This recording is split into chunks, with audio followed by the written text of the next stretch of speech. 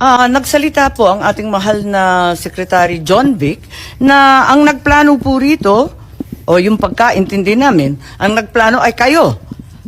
I would like Secretary to ask Anyo, Secretary Gibot Chodoro, at ang pinangalan, ang Chief PNP, General Marbil. Parang apat yung pinangalanan sa isang interview ng ating Secretary ng DILG. Mga kadidis, wag na wag kayong magpapaloko dyan sa mga pangyayari dyan ngayon sa Senate. Naghugas kamay sila lahat. Both side. Pansinin nyo. Hindi involved ibang pangalan ang mastermind na sinasabi nila. Chief of Staff ng Pilipinas, sino pa ba? Ang presidente. Number 1 yun. Uy, mga niloloko tayo dito sa pinaggagawa nila ngayon. Tsaka hindi ako bilib dyan kay Amy Marcos. Nabudol na tayo dyan. Yan ang naglalandi-landi kay tatay noon. Nako, nag-ano-ano kay tatay noon. Kaya naano si tatay.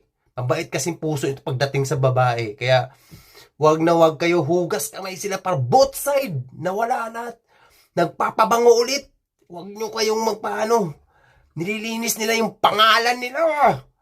Tandaan nyo yan. Niloloko lang tayo. Wag na kayo magpaloko. Mapabudol kayo ulit. Bahala kayo. Malapit ng eleksyon. Tandaan nyo yan.